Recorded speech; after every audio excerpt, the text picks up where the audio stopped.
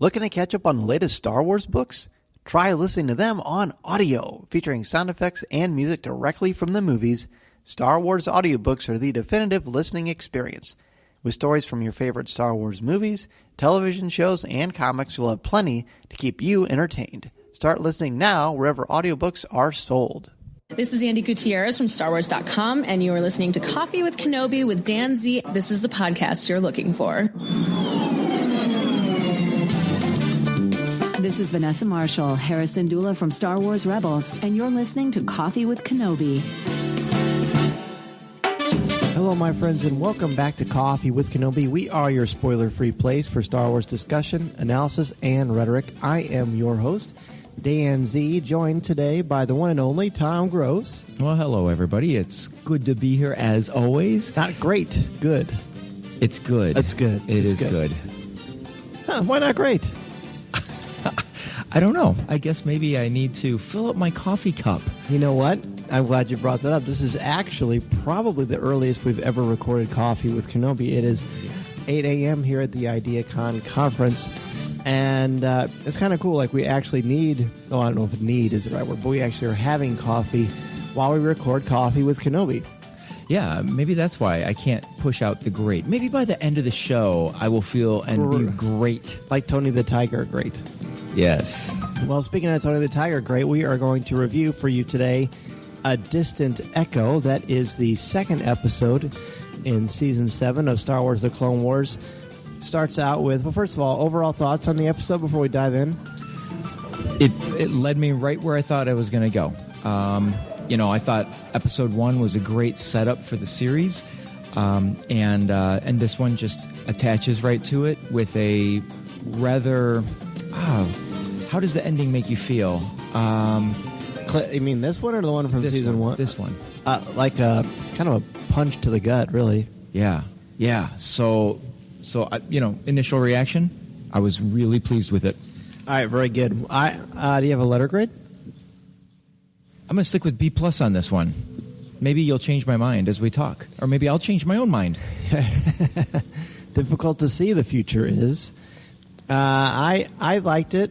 I thought it was very, very cool to see Anakin, the interplay with Anakin and Padme, the brief stuff we got with Obi-Wan. I don't know that this took as many leaps in the development of the clones as the first episode, The Bad Batch, did. But there really wasn't a reason narratively to do that. Oh, I saw a little bit of growth. We'll talk about that on the way. And I also appreciated the little humor with Captain Rex, which is unexpected. Right. I think I'd probably give this one a B+ or a B. It is pretty much a straight action thing with a wonderful little ending, a little climax. But it starts out with the search for truth begins with belief. And I really like this because no one really believed that Echo was alive, except for Rex. He just had this feeling in his gut. He believed in it, and he searched for what was actually real, what he wanted to hold on to. And I think that's a really nice metaphor.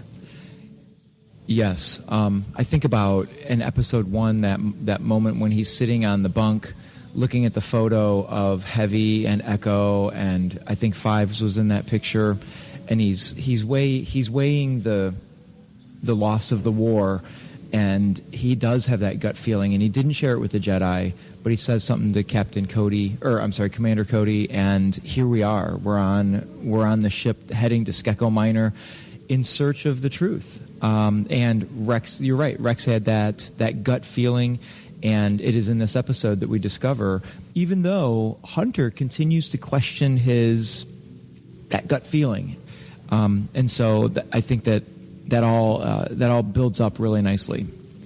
Absolutely. So we'll just sort of look at the beginning as far as they've got a bit of a new plan. Hunter wants to help out. He says, even if it's only to say I told you so, but he doesn't really have a wink or a smile, but that is certainly the intent. And I'm going to miss Hunter when he's not in these, because I really like sort of how he is tough and a little on the outskirts of what would normally happen, but he's still rational in his own kind of Bad Batch way. I know when we were watching this, I was a little surprised that we were going to get the Bad Batch continued in this story. I kind of thought they were a one and done. And I'm so glad that they came back, because they showed us they showed us a lot more in this about their strategy. We got their straightforward, in-the-face strategy in episode 1, and we got a little bit different view of them in this one. We still continue to have the knife fight where Hunter attacks the droids, the battle droids or the modified battle droids in this one with his knife, but they used another tactic that I thought was really cool. Do you want me to go into that now, or you want to wait until we get to that? No, go ahead. Go ahead. So in this, they land on Skeko Minor, and they discover that there is an alien race that lives there, or maybe they're the aliens, and there's a race that lives there of this. I don't know if they fly on these reptilian creatures, and they're skinny, tall creatures that have a very unique language, and I love the way their voices sound, kind of echoey and deep. But echoey. Ooh, thanks for catching that. Interesting. That is interesting. Okay, wait, brain's coming back. I just flew around the circle there, and now I'm coming back. Anakin gets kidnapped, I suppose, by one of the birds. The birds attack, and they grab Anakin, and they fly off with him. So this is the part where I really appreciated seeing Bad Batch in this episode, because as the creature is flying away with Anakin by its claws, Tech drops his visor, gives the coordinates, distance, all that kind of information, and Crosshair steps up and says, "Leave this to me." He reattaches some sort of new attachment to his rifle, and this is the part I loved. Sets the rifle on Tech's shoulder for support and fires a grappling hook. The grappling hook attaches to the bird, and then Crosshair hands the end of the grappling hook to Hunter, and Hunter takes off flying. It was a moment of 6-7 seconds. Yeah. But it was so slick and seamless, and it just makes you realize that while you've got Wrecker and Hunter and Crosshair that are all the Bad Batch, they are as slick and maneuvering as any of the clones are. Yeah, and it's also a nice example of the teamwork and the trust they have in each other. Speaking of trust, let's go to the beginning of this thing where Anakin, they're making a plan, and Anakin looks at Rex and goes, "Well, what about we have that thing?" And Rex isn't catching on right away. And he goes, "We don't need to, we can miss that, or we don't need to go to that." And he goes, "Yes, we do." But for some reason, the way that Matt Lanter says that, they animated Anakin's face. So there's no annoyance. It's more like, "Come on, dude. I got to go see my wife." Yeah. And just the way that they executed that was absolute gold. I mean, it was cool to see that much acting in that sequence through an animated format. Yeah, and I thought that was great too. And I've noticed this about on the last episode that we talked about the Bad Batch, episode 1, we talked about the new layer, the new texture to the animation and the production value of this. And I've really noticed that here in this episode. So much closer match to emotions in the faces of the characters, to the tone of the actors, and it's almost seamless. In fact, the only reason I say it's not seamless is because the minute I say that, we'll catch something that doesn't seem right. But right now, it is perfect. And so they head to the barracks, and this is where my brain just was not with it yet. And I remember you said, "You know what he's going to do, right?" And I'm not 100% sure. I thought it was going to be like some sort of a meetup with Ahsoka to plan something. I did too. That's where my brain went too. So I'm glad you said that, because it wasn't Ahsoka. No, it was this wonderful moment with Padme that I don't know that people were expecting. And this is an example of how episodes 2 and part of 3 could have been, as far as the dialogue between the two, where it could have been playful and affectionate and charming. I thought it was absolutely spot on the way that Anakin and Padme interacted. And that is, again, I'm repeating myself, but it's an example of how things could be and should be, and why there is that profound love and respect for one another. At least at this point. Of course, things go south pretty soon in the timeline, but right now this is sort of they are playing off of each other's strengths. The writing and the dialogue here is fantastic, and you hit the nail on the head with that. it definitely shows that relationship that maybe we did not get the full feeling of in the films. I wrote down that it's clear here that Padme demonstrates that she knows and understands Anakin's struggles with the Jedi, with his place in the world, even with his love for her. And she demonstrates that here through the dialogue, because he doubts himself and he questions himself, and she gives the advice that he needs to hear there.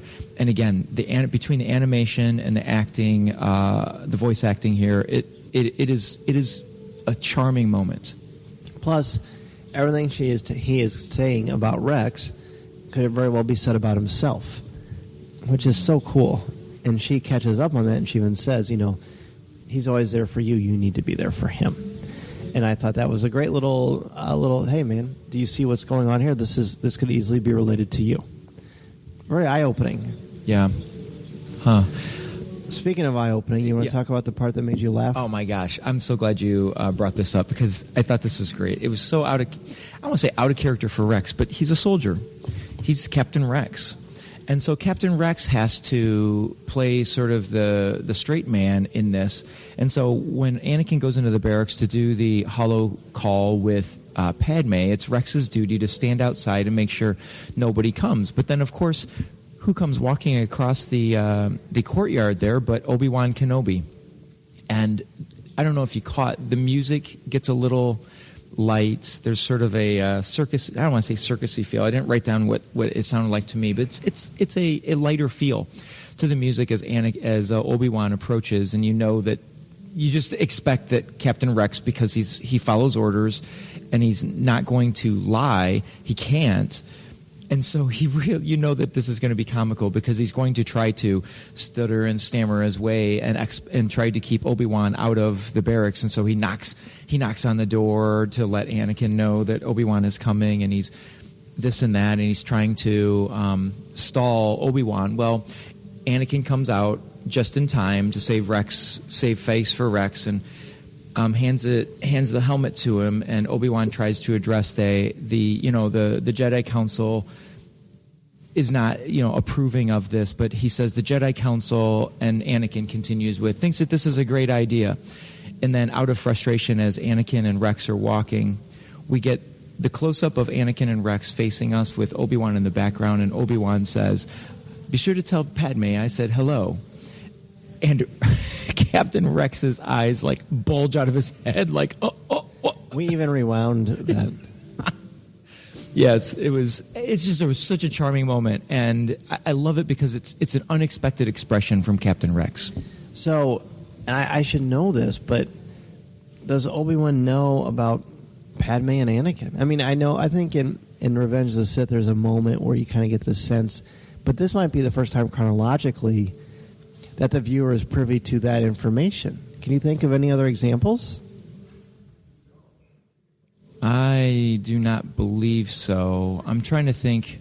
Because Anakin makes this pretty serious long look back at Obi-Wan with just this kind of I don't know how to, grit, determination, frustration, anxiety. I don't know. I don't know if there is an emotion to describe it, but you can definitely tell that it kind of hits him he knows. He knows. Yeah. And I think the way... But he's also not throwing him under the bus. Correct. And he's the one who's very much adheres to the Jedi doctrine. I mean, he doesn't break the mold like Qui-Gon did, but he certainly is inclined to be a little bit more of a maverick type when it comes to Anakin, because he's got a soft spot for Anakin. He is attached to Anakin. And that's forbidden. Right. Oh, interesting. Yeah, I mean, if this is the first hint that we have that Obi-Wan knows, then I think the manner in which this was communicated through that playful music and this charade between Rex and Obi-Wan, it lets us know that, and we know already, that Anakin's not going to throw him under the bus or hold his feet to the fire on this relationship that he has with Padme. I believe in some ways Obi-Wan understands. Yeah, I think so. So I think that's a little noteworthy. It's something to kind of keep track of. Then we go down to Skako Minor, and we meet the Poltics. Those are the alien species that you referred to earlier. They are yes.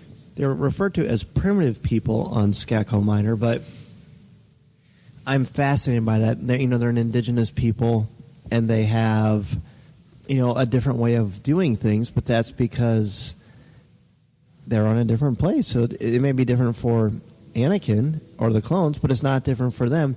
Talk about the idea of them being primitive people.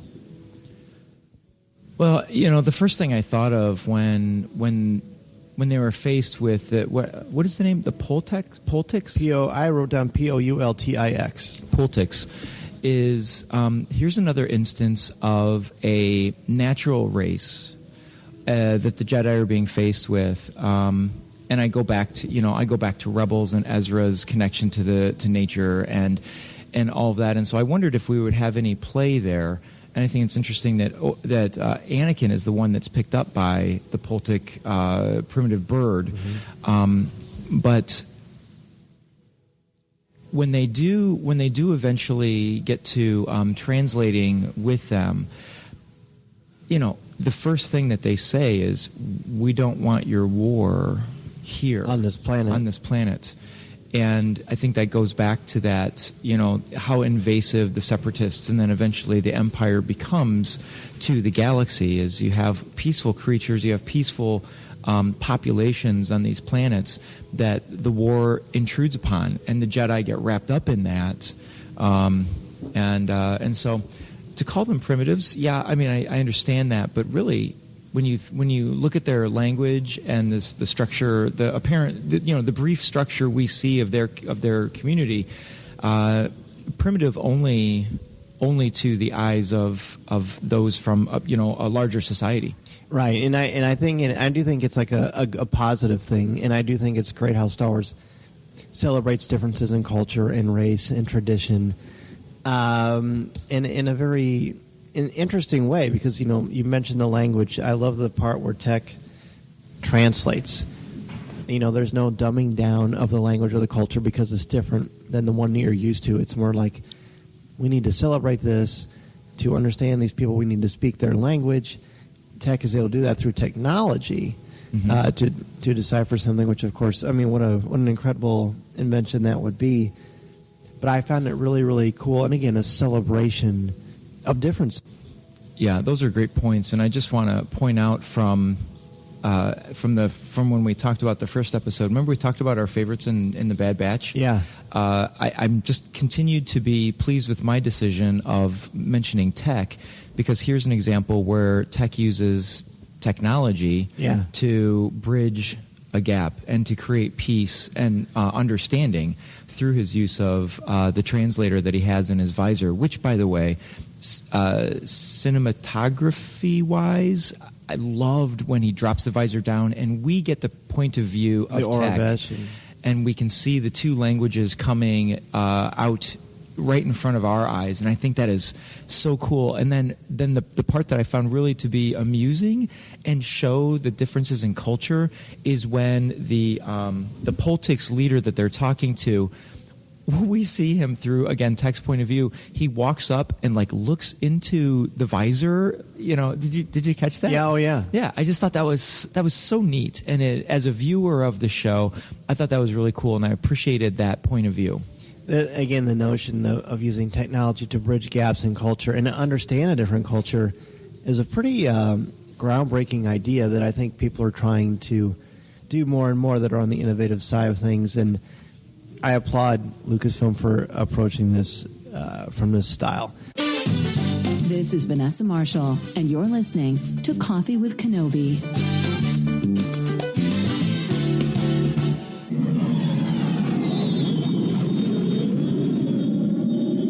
Looking to catch up on the latest Star Wars books but can't find the time? Try listening to them on audio. Featuring sound effects, top-notch narrators, and music directly from the movies, Star Wars audiobooks are the definitive listening experience. From Rey, Finn, and Kylo Ren to Luke Skywalker and Darth Vader, you'll recognize all of your favorite characters from the Star Wars galaxy. Listen to the newest books in the Star Wars universe, like The Rise of Skywalker Expanded Edition by Ray Carson, featuring new content you didn't see in theaters. Looking for something your kids can listen to? Try Star Wars The Rise of Skywalker, a junior novel by Michael Koji. With Star Wars audiobooks, you'll have plenty of Star Wars listening to keep you entertained. Available wherever audiobooks are sold. Rise of the Resistance is now open on both coasts, Walt Disney World and Disneyland, so you need to consider booking that incredible vacation, and I can think of no better place to recommend than MEI and Mouse Fan Travel. It is what my family uses, and it is what Coffee with Kenobi uses.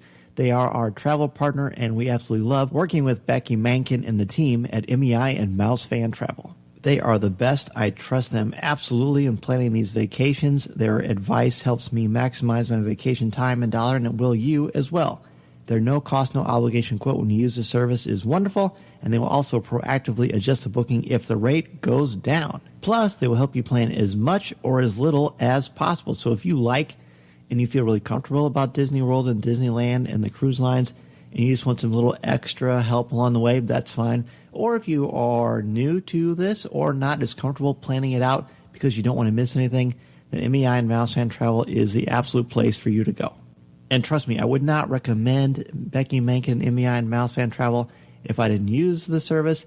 I didn't love what they do and what they are standing for, and they really do want to help you have the best vacation possible. Go to www.coffeewithkenobi.com/mousefantravel and sign up for a free, no-obligation quote. You'll have the best vacation possible and help out Coffee with Kenobi in the process. So is there anything you want to say about before we get to the actual final battle sequence? I do. There's a moment, and this is in regards, I'm going back to the Bad Batch because I think that I'm just fascinated by this group and how their interplay with the, quote, what they term regs works. The question is posed to, I believe it's Hunter, and I don't recall who says it, but the question is, who do you report to? And Hunter turns and says... Does Rex asks that to Hunter? To Hunter, yeah, so Yeah. it's Rex. And Hunter turns and says... Good question. And I found that to be a bit fascinating because I had the same question on my mind, is where does the Bad Batch fit in the grand scheme of the war? Who tasks them with go do this or go do that? Is it a Jedi? Is it Commander Cody? Commander Cody is absent from this episode. Of course, he was injured. Hurt, yeah, he was injured. But we don't see Commander Cody at all in this episode. So it's I guess what I found to be interesting is not even Hunter really knows who they report to, and I feel like this demonstrates a certain independence in the Bad Batch that the rest of the clones don't have. Ties in a little bit when they do have another tussle up on the rock when the Poltics take them to point out where the Separatist base is, and I don't remember what necessarily causes. It's a comment by Crosshair regarding letting Echo go, and Captain Rex charges and because shoves. he basically says he's already dead, and basically, what does it matter? He's just a reg. Okay, yes, that's right. And Rex shoves him. Wrecker picks him up. Anakin gets involved. Then Anakin has a little talk with Rex, basically saying, look, if he's there, then this is the right thing, and it's going to be, you will be satisfied, but just be ready that we may not have a satisfying end to this. Well, and I did write down, I like that Anakin here is legitimately a Jedi. He's actually a peacekeeper. He doesn't use violence. He doesn't use the Force to separate them or get all high and mighty and I'm a Jedi. He just says, hey, he talks to his friend like a brother. Yeah. He says, hey, you need to, come on, you got to stop this stuff. I do want to talk about the notion that the fact that he calls Echo, who might be dead, a reg, is pretty cold-hearted. Uh-huh. And it does show a bit of internal racism amongst the clones, which I don't think was really present in the Bad Batch episode, but it does show a little bit of discrimination there. Because you're not one of us, you're just regular. And maybe he's been discriminating against because he's part of the Bad Batch. He's what do they say? They're like a favorable mutation, and maybe that was a problem for him at times growing up. Who knows? Yeah, that's what I was going to suggest, that maybe he's faced so much they have faced so much discrimination because they are the, quote, bad batch. They're the experiment's gone wrong, I suppose, is what is implied. And so, and so he recognizes the difference. And because they are because the regular clones, the regs, are in their eyes a little weaker because they don't have these special abilities, you see that he's pointing out that difference there. So pretty fascinating. And so they come to their senses, they get back to business, and then we actually get into the what is it like? It's like basically a base. A Techno Union base. Wat Tambor is there. Wat Tambor is there. Yeah. I'm sorry to step back. Go ahead. I'm seeing another note that I wanted to point out regarding the Bad Batch. We also discovered that Hunter has a military rank, and he's referred to that way twice, once by Anakin and once by, I believe it's Tech, might be Crosshair, that Hunter holds the rank of sergeant. And so there is some sort of, earlier, who do you report to? Good question. But we learned that he does have a rank of sergeant. So anyway, for what that's worth. But yes, they end up at the Techno Union base where Tech, and an interesting aspect of that tracking, because Tech is tracking the signal being sent out by what they believe to be Echo. And when they get to the base, they discover that they frequently lose touch with Echo's signal, and they find that curious. And then Tech discovers that perhaps it's not a consistent signal. Right. That Echo is sending it out, and then it stops, and they lose it for a bit, and then there's another signal sent out. And so is that kind of like an echo? Right. I mean, really? Yeah. Like when you holler into the canyon and you get the one and it stops, and another stops, another stops. Good point. Boy, I love all the symbolism that you're pulling out. Is that symbolism that you're pulling out there? Yeah. That's great. Another observation that we made regarding this, and before we talk about the actual scene, is there are battle droids here. They sound like, you close your eyes, they sound like battle droids, but the Techno Union robots do not look like battle droids. No, I know, and I don't know that we've ever seen anything like that before either. And I'm hoping that, I know for the first episode, eventually StarWars.com had a thing where they give us kind of background on the episode, so I hope we get that for this, because I'd like to know what they are. Yeah. Real quick, before we go to the final battle stuff, I did a poll on Coffee with Kenobi's Twitter account. Oh. Who's your favorite The Clone Wars Bad Batch clone, and why? So, of course, Hunter, Wrecker, Crosshair, and Tech. So, guess who I voted for? I know who you voted for. Am I the only one? No. So do you want to know who wins? I Who's do. winning? It's not over yet. Can I guess? Yeah. I'm going to guess Hunter is in the lead. He is, but it's not by as big of a margin as you might think. Really? Okay. So, in last place is Crosshair with 11.4. Now, he doesn't come across as a likable, He's super skilled, cool, yeah. Very skilled, very talented, but he has a low charisma. Yeah, very good. Wrecker is second with 13.6. Oh, okay. I would guess that people like... I didn't ask my son who his favorite was, but I would guess he would say Wrecker because he's more like the Hulk, because he's strong. Yeah, and he makes those, like, bring on more, and things like that. Yeah, he's likable. He is. So that's 13.6. But then we jump up quite a bit. Tech is 31.8. Really? Yeah. What do you think? There are some reasons here I'll read to you, and then Hunter comes in at 43.2. All right. Yeah. So the reasons that people are you leaving that poll open for a while? I am. All right. My Tech friends, get out there and vote for my guy. I really like Tech. I like his sensibility. I like that he feeds the group information, and I love. Again, I know we just talked about this, but I love that he bridged that cultural gap with technology. That's so cool. Our friend Emma from the great blog Hello from Hoth, she writes, "I love Tech." Oh yes, Emma, I knew I could count on you. Well, she says, yeah, exactly. She says his glasses are on point, and I love how he spews random and useless information, like he's super smart but no one cares. That's how I feel talking about history so much. Hunter is a close second, though, mysterious and moody with the most amazing hair. He does have nice hair. Well, we mentioned how he's got that Rambo 80s look going with the headband and all that. Yeah, huh. I guess I need to pay attention to more fashionable things like that sometimes. Yeah. So that's good. Thanks, Emma, for weighing in on that. And then Sir Cal loves TROS, which, of course, is The Rise of Skywalker, says, Crosshair, I like the quiet and sarcastic types. Ah. Yeah. Yeah, he would be definitely your guy. Yeah, for sure. And then Jarlax the Rogue says, Hunter is the hashtag hot clone. Oh. So look at that. So we've got 3 people who weighed in on the act. Because I put in the poll to say, who's your favorite and why. So if you want to weigh in on this so far, you've heard the breakdown and the voting. So weigh in, put the reasons why in the comments, and we will certainly discuss it on a future show. Absolutely. I really like that. I love getting feedback like that. Me too. You have something you were going to say?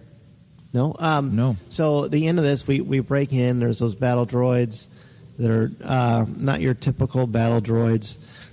They're a lot less mobile, and they're a lot less anthropomorphized. They're more just like actual robots. Yeah, they've got more structure to them. I did notice, I believe that they have dual weapons, though, which might make them a bit more dangerous.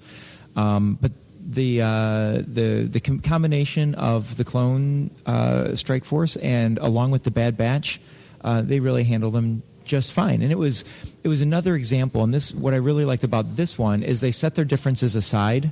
They have a common goal now.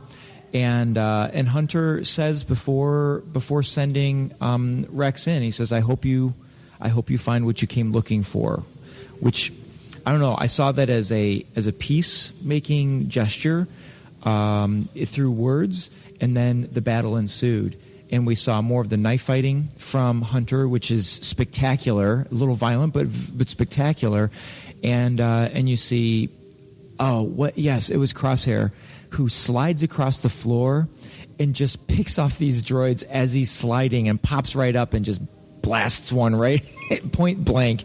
I mean, it was a beautiful battle. Very cool. Yeah, it was a beautiful battle with showing both the skills of and I promise I will not use this term outside of this conversation, but showing the collaboration and the working together of the Regs and the Bad Batch. No, that's true.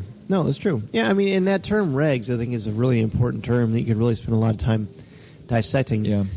But it's a very sort of an in culture word, right? That can set someone off, or it could be a term of endearment from one to another, from one person to another.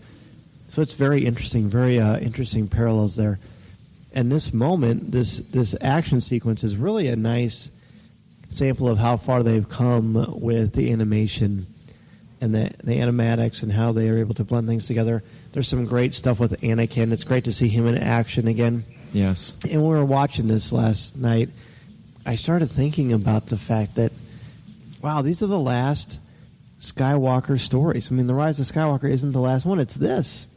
Because we're going to have Anakin in it. And that kind of made it even more painful knowing that it's going to be over very, very soon. It kind of hits you, doesn't it? Yeah, that was not something that I thought of last night while we were watching, but you're absolutely right. These are the final stories of Skywalker and Anakin at that. I really, again, continue to be amazed by how much the Clone Wars animated series made me love Anakin Skywalker. I mean, love him. That's what it did for me for Obi-Wan Kenobi. But I would agree that Anakin becomes much more likable. Yeah, Obi-Wan's always been fairly likable, right? Especially with James. And what I love about Obi-Wan in this is I really start to see I see him not just as a likable Jedi, but as a leader, and both through mentoring Anakin, but as well as leading a clone army. But yeah, I would totally agree that the Clone Wars is what made me like Anakin, because you see, I feel like I see his growth more in the Clone Wars than I did in the films. Yeah. Well, so then we get to the very end. He breaks in, and then we get to actually find out that it is Echo. Yes. And he's in this like frozen zombie-like. His face is gray and ashen, and he looks like he's half dead, but apparently he's not. They had to figure out a way to get him out of that machine, and it's very kind of jarring. In fact, you kind of let this audible grown out when you saw what he looked like. Yeah, it looked very dire, and I thought he looked very plastic, like he hadn't moved in a long time. And they've got him connected. All I could think was, what I was thinking when I saw him, and when he falls out and he's got those wires attached to around his head, I thought about Sibo from Rebels. Oh yeah, and that episode in Rebels where you see all this of might be those, where that tech comes from. I wondered, and we see that episode where there are multiple beings that are being manipulated by the Empire, and so I wonder, is that technology from the Techno Union? Of brainwashing or controlling people. And so, yeah, he just falls out. And like you said, he was in a very zombie state. And that's when I made the groan, because I thought maybe he's not really there. But after he sets him, Rex brings him down and sits him on the floor, and he says, "Echo, Echo." Echo sort of comes to and says, "Where?" And he looks around like he's seeing the place for the very first time. He says, "Where am I?" And then you realize they're going to rescue this guy. Yeah, because he mentions the Citadel. Oh, yeah, that's right. And he mentions these things, so he's not in a semi-comatose vegetative state, but in fact was just. I mean, think about how horribly invasive and frightening that is, that he would be captured like this and forced against his will to betray all of his brothers in the Clone Wars army, and how he has taken away complete agency in any initiative or foresight on his part that he has to do these things. And that's a pretty unique form of torture. Absolutely. And one thing that came to mind as I was watching last night is, yes, we know that they're drawing out of his memory battle tactics, but I wonder what else Echo would know. I mean, he, being a clone trooper, probably doesn't know tons of secrets of the Republic, but certainly he would know and be aware of locations of bases, and again, the battle tactics, or even if there was any sort of new weaponry or something like that, military wise, what other kind of information they might have drawn from Echo, and that we might see bite them in the or stab them in the back in the future. Yeah, no, I agree. And so then you get kind of a sense of warmth at the end, in a way, because he's with his friend. But it's also interesting that there's 2 episodes left of this arc. So there's 2 more. Yeah, right? This is the second of 4 episodes, I'm pretty sure. And you just can't help but wonder, where are they going to go with this thing? And will the Bad Batch, you just wonder where they are at the time of Order 66. Because I feel like they would be pretty dangerous to the Jedi if that chip was not removed. But maybe they don't have the chip. I don't know. Hadn't really thought of that, other than what jumped into my mind when you said there are 2 more episodes to this story arc. I mean, that's, first of all, that's 1/3 of. I know. That's 1/3 of the season. And you would assume the Siege of Mandalore is 4. I would think, and then Ahsoka. Yeah, and who knows how long? Maybe that one won't be. Maybe there's a couple of 2-parters. Maybe, but what I thought of when you said that was more Bad Batch. I know. At least that's great. what I'm hoping. Yeah. The armor, we talked about the armor a little bit the last time we reviewed Clone Wars, but I definitely think we need, like, if they made a black series of these 4, I think I would actually open these. That would be awesome. And the funny thing is, I did not feel this way about the Bad Batch after 1 episode. I thought they were cool, but you had mentioned, or someone had mentioned, we need an action figure of these guys, and I while I'm always up for new action figures to show our love of Star Wars, it didn't really strike me as something that I needed to have. But after the 2nd episode and all the things we've talked about regarding the Bad Batch, I'm with you. If this was a Black Series 4-part figure set, I'm in. It would be very, very cool. Anything you want to say about the episode before we wrap up? Because I think we've covered a lot of the stuff. I don't think there's as much to dissect in this one as there was the first one. And that's not a bad thing. It's just there. No. I mean, you have to rescue Echo. Right. And I will say this. I was pleased with the outcome of this. I kind of felt like we were going to have a disappointing ending to this one, and that he was going to be irretrievable. when they saw him, and I think that's why I made that nonverbal groan when he fell out, because I thought, oh, he's not, like, I really thought he was going to be just there in body and more controlled and not able to revive. And so I'm glad for that. I was telling you before the show that I have a student that I talk Clone Wars with quite a bit, and I got an email from him after the episode 1 saying, Echo is alive, and I wanted to be like, oh, we don't know that yet. I love it. But he was super excited. He loves the clones more than anybody I know, and so his joy of the possibility of Echo being around was there. And so I guess if I were to say something, just a final comment on this, I'm really pleased with the outcome of this, and go Rex, following that intuition. Well, okay, so at the beginning of the episode you gave this one a B+. Do you still feel the same way? I'm going to stay there, and here's why. I thought it was a solid episode, just like episode 1, but I'm sticking with the B+ because I'm going with what I'm anticipating the rest of the season to go. You know, the rest of the series to go. Now that I know that there's 4 in this, I'm hoping for growth.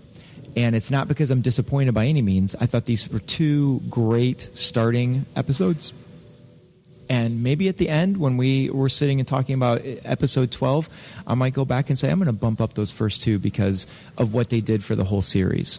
Fair enough. What did I say? Did I say a B+? You said or a B+ as well, yeah. Okay, I think I'm going to make it a B. Okay. Yeah.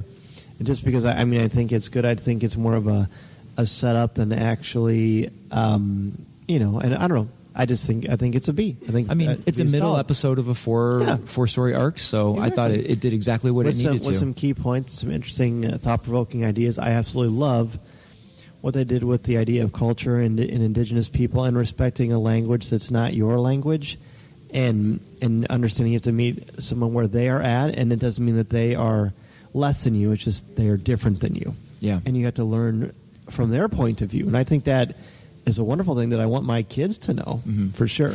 Something we didn't really talk about is talking about the respect of culture and indigenous people is when they rushed into the camp of the Poltecs, they were firing. And my instant reaction to that was, ooh, I cringed a little bit, and then I realized that they were just disarming the Poltecs. Right. And they weren't shooting at the Poltecs. It can't help, but it made me think about the time of the Native Americans, really.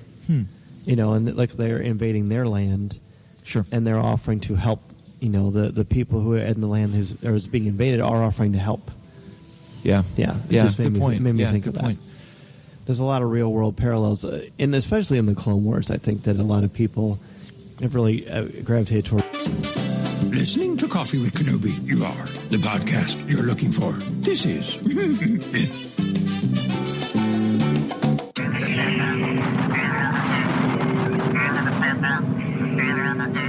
That's going to do it for this week's show. Thank you for taking time out of your busy schedule to have a cup of coffee with me and for helping to spread the word about our Star Wars family we've got here at Coffee with Kenobi.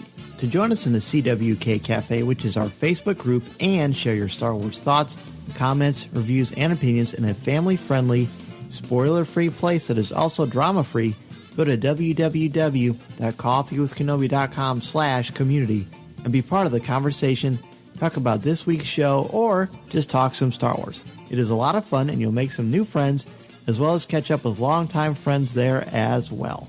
I also want to thank all of our new and longtime members of the CWK family and let you know how much I appreciate your help and support. I love being able to give back to you with CWK Pour-Over, the exclusive weekly podcast not heard anywhere else. I want to thank our CWK family members, Jason Hall, Dennis Keithley, Colby Mead, Jessica Berry, Adam Bankhurst, David Nicely, Jeff Ellis, Ross Hallivan, Frank Mulder, Alexander Moylan, Aaron Harris, Chris Gavarka, Angela Sauce, Susan Gray, Connie Shee, Tyler Pompey, Hannah, Alex Procasio, Ian Thompson, Simbat Defterdarian, Christine Turk, Kurt McKellen, Dan Ream, Brian Harding, Blake Weaver, Jim Capron, Caroline Maselli, Chris Metz, LJ Souter, Thea Selby, Daz Davies, Christian Dale, Brian McKinney, Jared Cantor, BJ Smith, Eric Struthers, Nick Deco, and Mark Suter.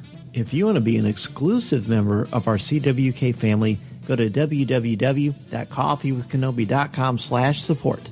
It's a great way to help support and help out the show, and 10% of your monthly contributions go directly to the St. Jude Children's Hospital to support the incredibly important work they are doing to help these brave children and their families.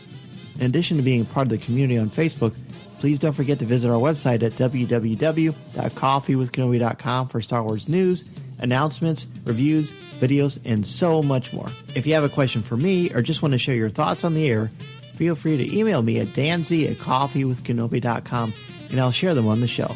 You can also connect with me on Twitter at Mr. Zer, MRZEHR. There are also a lot more ways to connect with me and Coffee with Kenobi on social media. Follow us on Twitter and Instagram. Give us a like on Facebook at facebook.com/coffeewithkenobi and check us out on Pinterest. You can find me twice a month on the podcast Looking at Lucasfilm, part of the Jim Hill Media Podcast Network, and you can find my writing on CWK's website, as well as StarWars.com and on IGN. And if you're considering starting a podcast or a blog, let me know how I can help you get started and help you make your creative vision a reality. Be sure to check out danzymedia.com and we can get the process started. I am also available to come to your school, conference, business, or organization to talk about how to tap into your strengths and help you bring out your very best. I want to inspire you to be inspired. Don't be afraid to take that first step into a larger world. Thanks as always to our CWK sponsors, especially MEI and Mouse Fan Travel, our travel partner and your one-stop shop for all things Walt Disney World, Disneyland, the Disney Cruise Lines, or anywhere on the planet that you want to go on vacation. Please go to www.coffeewithkenobi.com/mousefantravel to book your magical vacation and help support Coffee with Kenobi in the process.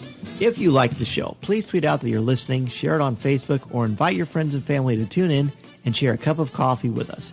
And if the Force is especially with you, please take a couple of minutes to rate and review the show on iTunes or Google Podcasts. Every review makes a huge difference and helps spread the word. So I think that's probably going to do it for this week's Coffee with Kenobi. Thanks so much, everybody, for, of course, for listening and for giving us your feedback. Again, be sure to vote on that poll for who is your favorite clone in the Bad Batch. Go Tech. Yeah, no fair preaching to your constituents there, buddy. Very good. Well, have a great week, everybody. Until next time, this is the podcast you're looking for. This podcast is not endorsed by the Walt Disney Company or Lucasfilm Limited. It is intended for entertainment and informational purposes only. The official Star Wars website can be found at www.starwars.com. Star Wars, all names, sounds, and any other Star Wars-related items are registered trademarks and/or copyrights of Disney and their respective trademark and copyright holders. All original content of this podcast is the intellectual property of Coffee with Kenobi unless otherwise indicated. This is the podcast you're looking for. There's no one here. Move along. Move along. Looking to catch up on the latest Star Wars books? Try listening to them on audio. Featuring sound effects and music directly from the movies, Star Wars audiobooks are the definitive listening experience. With stories from your favorite Star Wars movies, television shows, and comics, you'll have plenty to keep you entertained. Start listening now wherever audiobooks are sold.